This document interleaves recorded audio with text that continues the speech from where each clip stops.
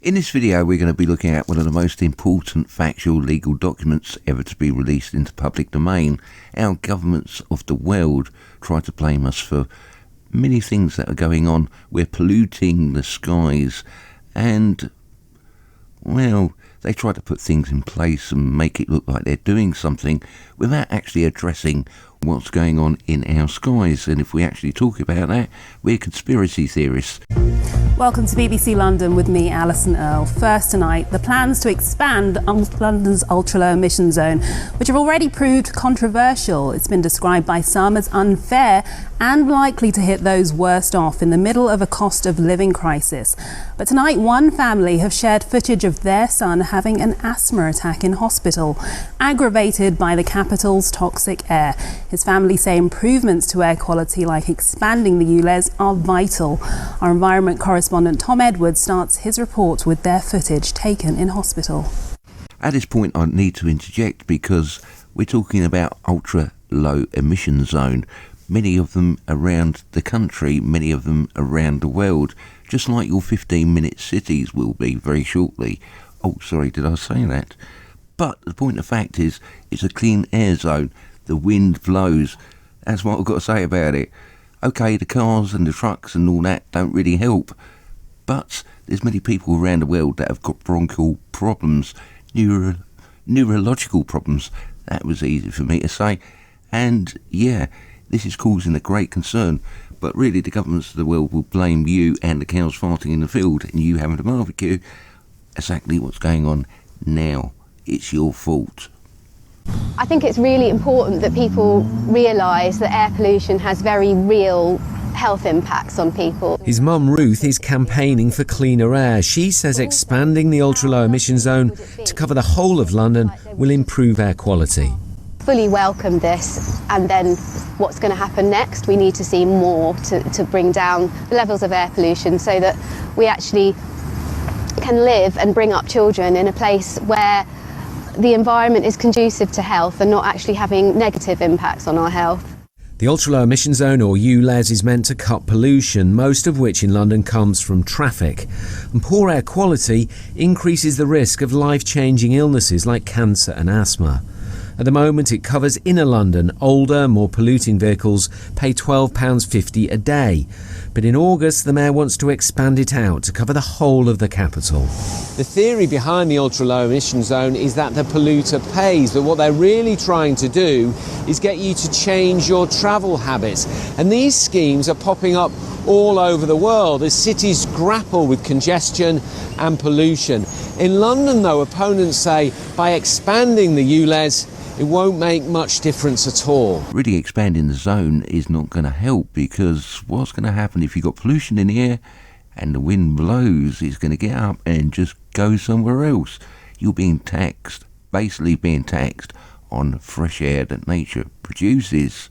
And really is another way of earning the government shekels and keeping you in check. Have you got your digital ID in order yet? And leading health experts say expanding it to cover the whole of London will improve air quality. There is nowhere in London still that does meet the WHO air quality guidelines. So that means everywhere you go, the air you're breathing, it's having some impact on your health. Will it have benefits for Londoners' health then, expanding the ULEZ? Absolutely, because the ULEZ will lead to an improvement in traffic emissions, and that means that air quality will improve. And when we see improvements in air quality, we see health benefits. There you go, Professor Kelly telling us exactly as it is. In many different ways, I've got to agree with him. His argument does hold water, but it's still flawed, because there's other factors to be taken into consideration when we're talking about things like this. What we're looking at is steam coming out of an engine, well, two engines. Water vapour, it turns into ice crystals, leaves those great big white streaks through the sky. That's, yeah, if my car was driving down the road and it looked like that, I would soon get nicked and heavily fined. But that plane's on fire. We know that it's ice crystals because we're good citizens. Try taking a video, uploading it to YouTube and showing something like this. You'll soon get a context box. But we can actually prove that this, is ice crystals. So if we want to know if ice crystals are real, all we need to do is go and have a look. We'll have a look at Ducksters. I'll leave the links to everything I'm talking about in the description box down below. Nice and simple for everybody to find. A great channel and does some great science for children. But on this page, when it comes to weather and clouds, a little bit misleading. We've been here before. Let's just get to the diagram and we can see that planes make contrails, ice crystals. Of course they do. We know because we've been told by the Encyclopedia of Britannica that this is exactly what goes on. Interesting facts about clouds. A cloud that forms on the ground is called fog. Some clouds that you see in the sky might be from airplanes. These are called contrails. What we're looking at is a contrail. This is water vapour. This is steam. This is, well, yeah, it doesn't leave a mark in the sky. This just dissipates. Exactly what I would expect to see if I start my car up on a cold morning or have a hot cup of tea in a cold room or maybe a very hot shower in a very cold room. You get that condensation, that fog, that misting. It doesn't linger and it doesn't linger in the sky either. Planes don't make clouds, you know. And we can see another plane flying through the air, going past those government contrails. Yeah, the government ones, they make clouds, you know. As we can see, it's very, very clean off the back of the engine. Very efficient engine. Unlike, look at Charlie Boy in the air, having a good old spray. Hey, what you trying to hide there in the sky, Sonny Jim? Yeah, everything is absolutely normal. Look at our sky. It looks like, yeah, very, very healthy. We got to breathe that stuff in, haven't we? Where you going? What you doing? I'm sure that's costing us absolute thousands for you to spray that poison in the sky. Oh, of course, it's just a contrail, just vapour out of the engines. I'm sure it is. Nothing more, nothing less. Wonderful. And that just stretches for miles and miles and miles. I really do have to say that Ducksters is right. Planes do make clouds. Not coming out of the engines, not contrails, government contrails of course. One of the reasons they're doing it is to hide things in plain sight, right in front of your faces.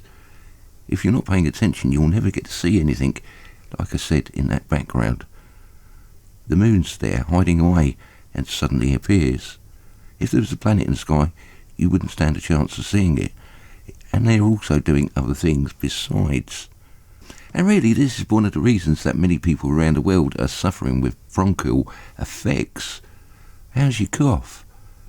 What they're spraying in the sky has to come down. It doesn't dissipate in the sky and just go away. Many people are suffering the effects and they're trying to blame it on cars. Aggravated by the capital's toxic air. Fancy that? Well, one of the things. I think most of us actually do realise that there's something going on in the sky, going on in the world. Something is not quite right. What I've just been talking about really is for people that haven't got a clue, that haven't woken up. So if you think this video could actually help somebody wake up, be my guest, please share it out. But now I've made all these claims, I need to sort of like back it all up. Let's get down and dirty and get to the juicy bits. There's many stories out there that will tell us exactly what's going on. I've just picked a few just for this video. So do your own research and have a look. Many stories out there, like I said, that paint a bigger picture. It's just like a jigsaw puzzle. You put all those pictures together and you get a much, much bigger picture. We're going to look at this MIT Technology Review. This is your last free story. Well, thank you very much. I'm not going to pay for any more, but thanks for this one. Climate change. A startup says it's begun releasing particles into the atmosphere in effort to tweak the climate. Oh, really? Make Sunsets, I would imagine that's the name of the company, is already attempting to earn revenue from geoengineering, a move likely to provoke widespread criticism. So they're actually earning money to geoengineer. Who would have thought that? Let's have a look down here and see what they've got to say. A startup, I'm sure they're talking about Make Sunsets, the company, claims that it's launched weather balloons that may have released reflective sulfur particles in the stratosphere, potentially causing controversial barrier in the field of solar engineering. Geoengineering refers to the deliberate efforts to manipulate the climate and reflecting more sunlight back into space, mimicking the natural process that occurs in the aftermath of large volcanic eruptions. In theory, spraying sulphur and similar particles in sufficient quantities could potentially ease global warming. Oh, they used a balloon. Shame it didn't get shot down like those other ones the other day. And there's also a load more bump down below. I'll leave the links to everything that I'm talking about in the description box. Nice and simple for everybody to find if you want to go and read the rest of that. But here's something from the Hill. It's called Changing the Weather. Changing America. Really, that's what the title should be. Climate expert says it's cheaper and easy to geoengineer the weather, and the results could be catastrophic. And this picture here says it all, unlike the other picture just a minute ago. At least they've got the picture right. Yeah. Government contrails. Hey guys, it's July 24th. It's about 12 o'clock noon and they are blowing it up. Don't even get me started about that sun. Sherry K, Tic-Tac-Toe Sky, links below. Please go over, share the love. Thank you very much for letting me use your video. So let's have a look and see what else they've got to say. Story at a glance, it's surprisingly cheap to artificially change the Earth's climate, according to one climate scientist. Kate Rick, a climate researcher at the Scripps Institution of Oceanography, says countries might pursue geoengineering in order to combat the effects of climate change, but that the consequences could be dire. You reckon? Geoengineering could actually make the effects of climate change worse, according to Rick, whatever your name is. So if you actually mess about with Mother Nature, she's going to fight back. But the implications of what they're doing in the sky is far more reaching than most people understand. It affects every part of nature and human life. Where's all the bees disappeared to? Where's all the bugs disappeared to? What's happening with our trees? Look at the weather. It's absolutely insane. Mess with nature, that's what happens. For all those people that actually want to know what's going on in the world at this particular moment in time, pop over to the Two Preachers channel if you're not already subscribed. Links below. You might find some interesting stuff to watch. But for time's sake, there's a lot more to this article down below. We're just going to skip over it, and if you want to go and read it, you know what to do. Just a couple more articles and then we'll get to that real important document that tells us exactly what's going on. Here we are over the NASA website. Yes, I know NASA. I'm sorry. Must apologise. Never a straight answer.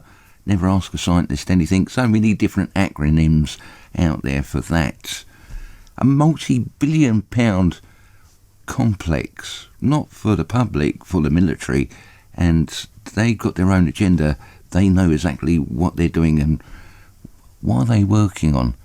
Shut up, Nige, get on with it. But they do tell us a few tidbits, and here's one of those. Tracer clouds and trails. First used with sounding rockets. What do they sound like? Hello, I'm a rocket. Flown in the 1950s, scientific research with experiments which inject vapour tracers into the upper atmosphere have greatly aided the understanding of our planet's near-space environment. These materials make visible the naturally occurring flow of ionised and neutral particles, either by luminescing at distinct wavelengths in the visible and infrared part of the spectrum by scattering sunlight. Yeah, not only does it scatter sunlight, it also holds the heat in because it can't get out. The type of vapour selected to create these colour clouds and trails depends on the purpose and investigation, the local time and altitude under study. Commonly used vapours that are released in space. Ooh, they're going to fall down. They're not, are trimethanol, aluminium, lithium and barium. Aluminium is really, really good for you, especially when it's got fiberglass on it, and that's called chaff. Lithium, they spray that in the sky, turn the sky red at sunset. Yeah, they need to do that because and barium. I'm sure you don't actually need that on your cornflakes. That wouldn't be very good at all. There's actually many different side effects of lithium, but one of those effects is that metallic taste in your mouth. Have you been chewing metal lately? And here's the side effects of barium. I'm going to get Google to tell you. Hey Google, what are the effects of barium on the human body? According to hazardous substance fact sheet, nausea, vomiting, irregular heartbeat, muscle weakness, tremors, paralysis and even death. Remove the person from exposure. Flush eyes with large amounts of water for at least 15 minutes. Remove contact lenses if worn. Quickly remove contaminated clothing and wash contaminated skin with large amounts of soap and water. Oh, that's, that doesn't sound very good at all, does it? How's your dodgy stomach now, eh? And you've got to breathe that stuff in. It's no laughing matter, really, but this is a video and I'm a conspiracy theorist. This couldn't possibly be true now, could it? For all those people that don't think weather modification is a thing, even after I still showed you all this bump and information, type into Google local weather modification companies and you get 28 million. That might take us more than 5 minutes to get through, and there are quite a few down here, as you can see. The list continues. 28 million, we're going to be here all day. But the one that actually caught my eye was this one from Wikipedia. Let's have a quick look. Weather modification is the act of intentionally manipulating or altering the weather. The most common forms of weather modification is cloud seeding, which increases rain or snow, usually for the purpose of increasing the local water supply.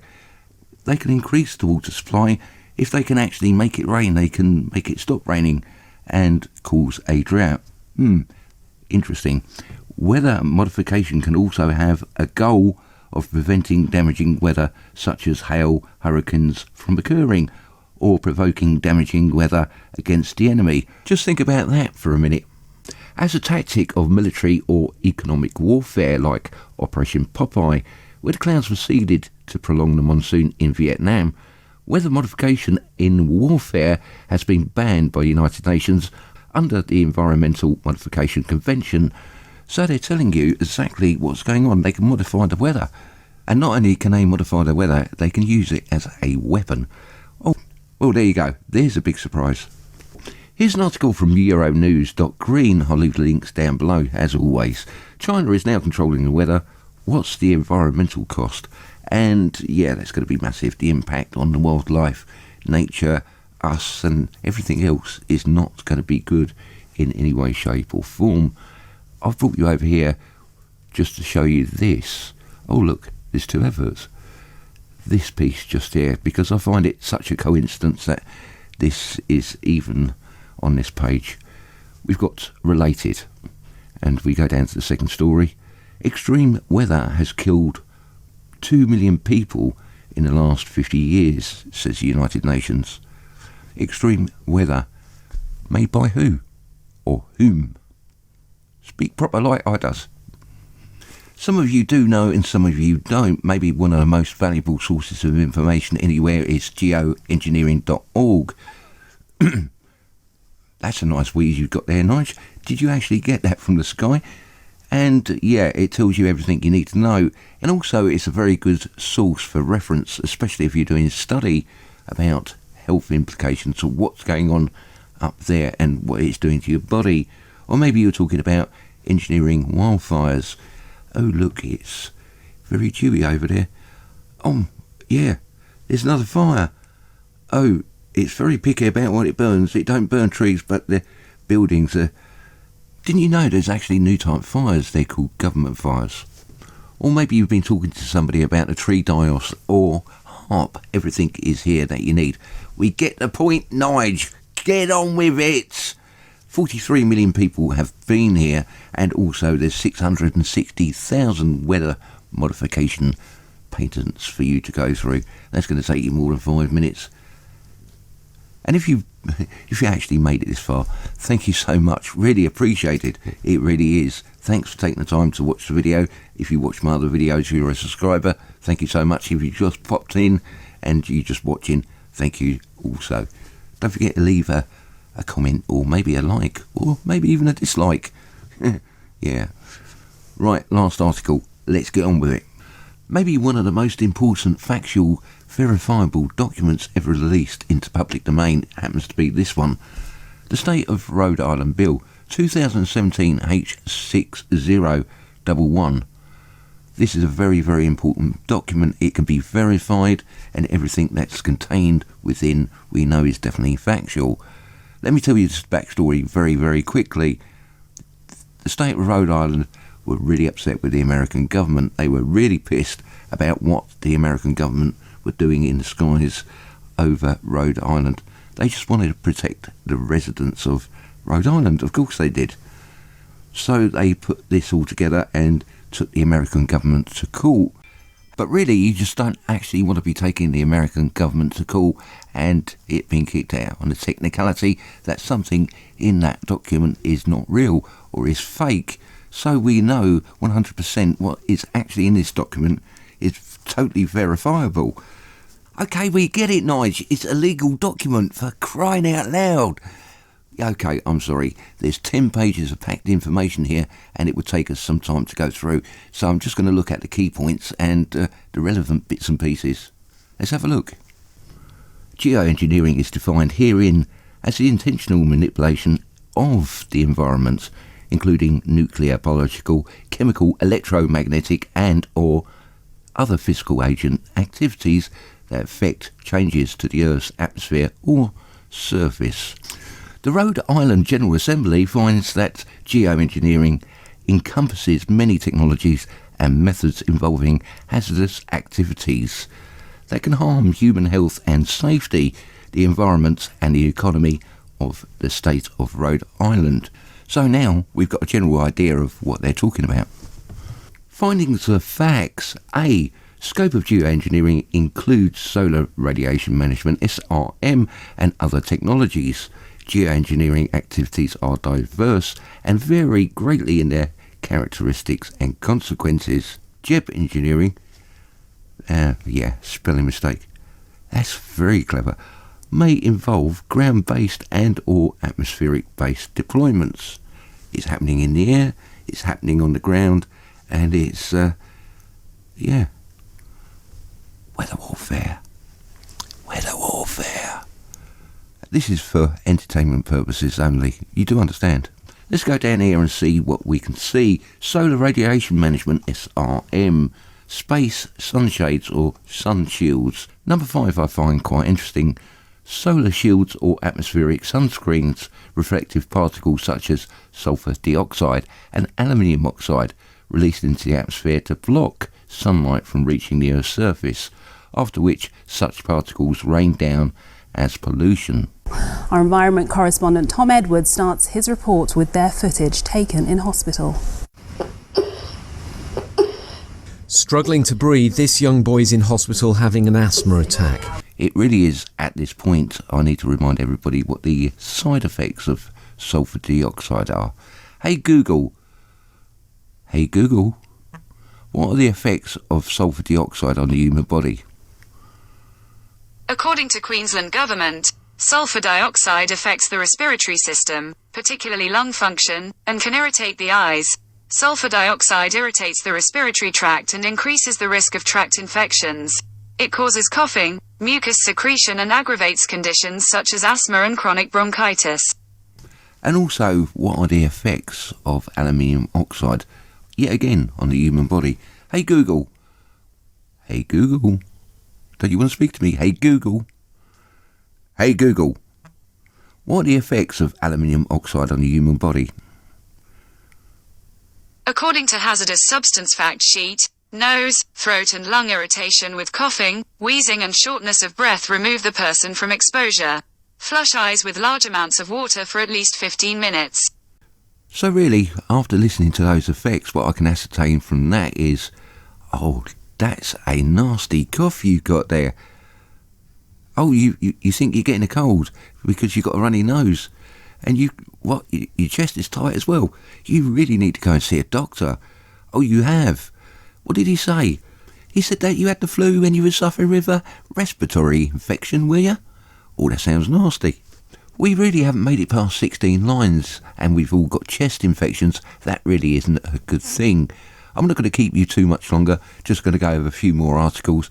The most important ones, we're not going to read, yeah, you said that last time, and look at us now.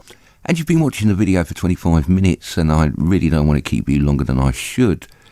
But here, line 23, Article 8, Artificial Ionosphere. A sustained high-density plasma cloud is produced in the Earth's upper atmosphere. Now, if memory serves me right, the American Air Force said they've been spraying plasma into the sky to help with their radio communications, and also I believe NASA has been doing the same. But there's been so many different compounds being sprayed into the sky, and if you actually add plasma into the mix, you've basically got the same ingredients as what's in a plasma TV. A plasma TV in the sky. Oh, there you go. And we're going to move down the page here to page 2. Page 2, look at that, we got there eventually. Line 3, number 5, genetically modified CO2 eating plastic trees. I wonder how well that's going to really end up. Line 6, number 8, carbon dioxide geosequestration and carbon capture or removal, which processes involve capturing what is considered waste carbon dioxide, CO2, and depositing it in a storage site. What, like a bank? I find this article quite interesting. Line 10, number 10, carbon black or carbon back releases deliberate atmospheric releases of soot to produce artificial weather events. I don't know about the rest of the world, but in the UK they're trying to ban diesel motor vehicles because they're very bad for you. They produce a soot at the exhaust. Now there's a DPF filter in the way to remedy that, but they're releasing it in the sky and we've got to breathe that in. Yeah, I'm sure that's really good for you. We've actually made it to page 4, and there's some interesting articles. Line 1, number 7. Increases in acid rain from the airborne injection or releases of sulphur and aluminium oxide, with human and animal, plant and water resources degradation therefrom. Or maybe line 7, number 10. Droughts and flooding which may severely impact the state, regional and global food production. And that's exactly what's happening right now, and it looks like it's happening by design. Oh, fancy that. Actually on page 4 we got the definitions of bits and pieces, line 26, and if we go down to page 5, and chaff means aluminium coated fiberglass particles. That is really, really good for you, because I can't remember what I was talking about now. Neurological problems many people are starting to suffer. In this document, the Geoengineering Act of 2017, there's many bits that we haven't actually looked at or covered. I would urge you to go over and have a look yourself. Links down below, as always. 10 pages packed with information.